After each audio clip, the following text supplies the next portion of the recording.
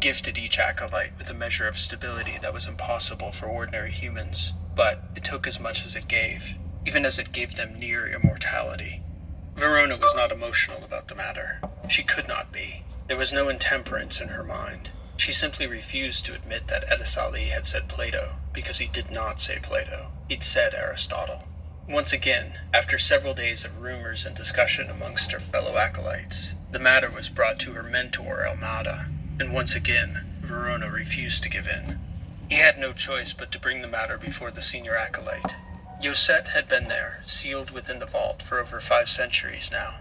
His memories were of the battery when it was merely the 4 major colonies and a few minor independent systems. His time was coming to rejoin the outside worlds, and in all that time, never had a junior acolyte accused Edis Ali of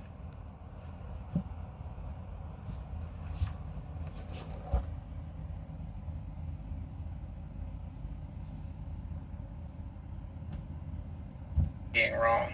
Even Brian within the vault for over 5 centuries now. His memories were of the battery when it was merely the 4 major colonies and a few minor independent systems. His time was coming to rejoin the outside worlds, and in all that time, never had a junior acolyte accused Edis Ali of being wrong. Even more problematic was her sincerity in the face of her entire cohort's contradictory account. Again, when Almada brought her before the senior devotee, Verona insisted in her version of the incident. She would not back down.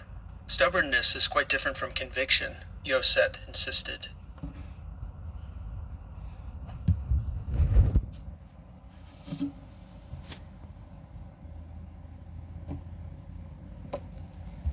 It is one thing to stand your ground in the face of injustice or a genuine threat, but to refuse to acknowledge one's own fallibility when all the evidence points to such, Verona. This is a problem.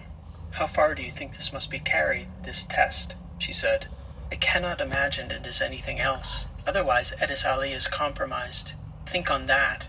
I prefer to think on the problem of a stubborn and mistaken junior acolyte, Yoset said, for that is...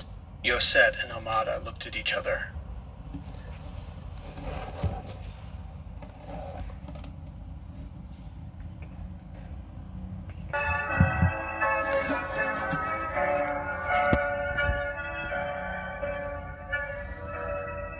كتاب الأمير الذي بين أيدينا اليوم هو أعظم مؤلفات ميكيافيلي، وهو معدود بين الأسطار الخالدة في لغته الأصلية، ويرجع الفضل لكتاب الأمير في تأسيس السياسة وإقامتها كعلم وصناعة وفن، وهو حصيلة الخبرات السياسية لدول عصره وحكامها وممارستهم في القرن ال16.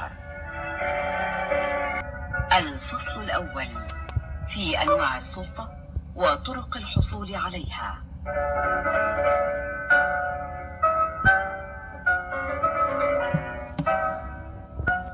كانت الحكومات التي حكمت الأمم في الأزمان الغابرة إحدى اثنتين، إما جمهوريات عادلة وإما ملكيات معتدلة. وللملكية نوعان: نوع تحكمه أسرة واحدة عريقة في القدم يرث أفرادها الملك الواحد بعد الآخر، ونوع حديث التأسيس وملوكه حديث العهد بالسلطان.